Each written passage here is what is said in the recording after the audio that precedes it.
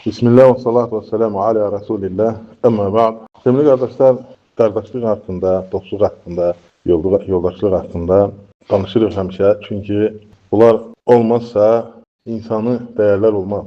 Yəni dost, qardaş, yoldaş həmişə olmalıdır. Qohumluq əlaqələri. Və insanların çoxsu bu məsələlərdən uzaqlaşırlar. Ən birinci səbəb nədir? Yəni hərə bir səbəb gətirir. Vaxt yoxdur, indi deyək ki, nə bilim, bir kasıbçılıqdır, hərəsi bir şey gətirir. Müəyyən qədər bunlar ola bilər. Müəyyən qədər. Amma ümumən insanlar, qardaşlıq, yoldaşlıq, dostluq, qohumluq, bunlar hamısı imanla əlaqəli olan bir şeydir. Dindən olan bir şeydir.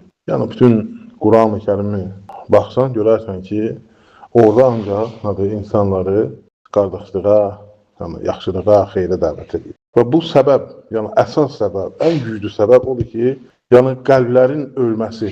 Yəni qardaşlıq elə bir nemət ki, yəni o ancaq qəlbdən qəlbə ola bilir. Və ona görə də həmişə çalışmaq lazımdır ki, saf olmaq, saf qardaşlarla yoldaşlıq etmək, bunlar lazımdır. Və ola bilər ki, sənin üçün ən xeyirli insan sənin dostun olar. Hətta sənin yaxınlarından belə sənin üçün xeyirli ola bilər. Ona görə də İmam Şafinin rəhmətullahi aleyhin bir sözü var. Deyir, ola bilər ki, o sənin qardaşındır, ancaq anan dünyaya gətirməyib onu.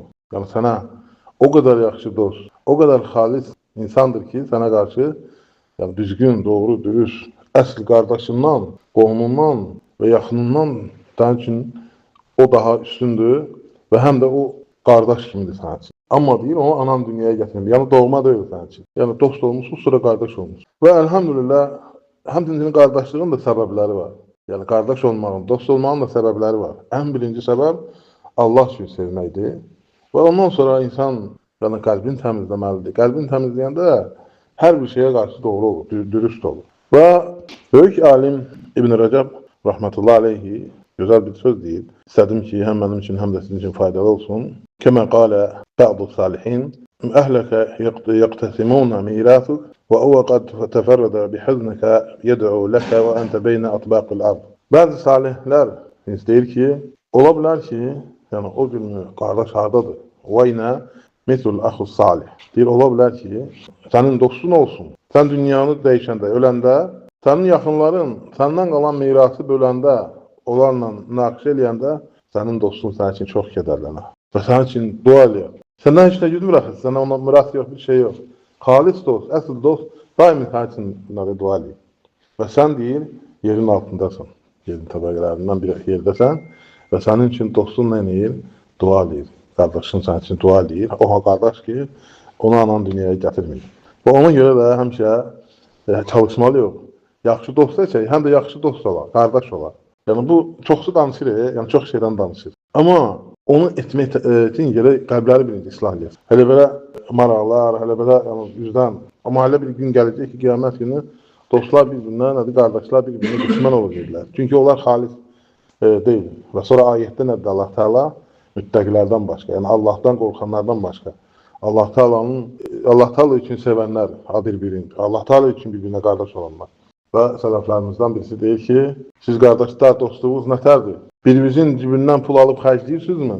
Yox, hələ şey yoxdur. Deyir, onda siz qardaşlıq nəsə bilmirsiniz. Təsəvvür edin, gör nə dərəcədə bir-birinə inam, sevgi, düzgünlük var ki, adam onun xəbəri olmadan cibindən pul alır, xərcləyir. Və qardaş sana heç eləmir. O da bilir ki, o onun ehtiyacı var, alır. Və onun ehtiyacı olmasa, o onu almaz.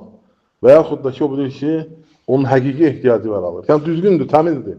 Amma indi çoxsu görürsən ki, nədir? Saxtakardırlar. Sevgidə də, qardaşlıqda da, dostluqda da, yoldaşlıqda da, hətta dində saxtakardırlar. Allahla saxtakardırlar.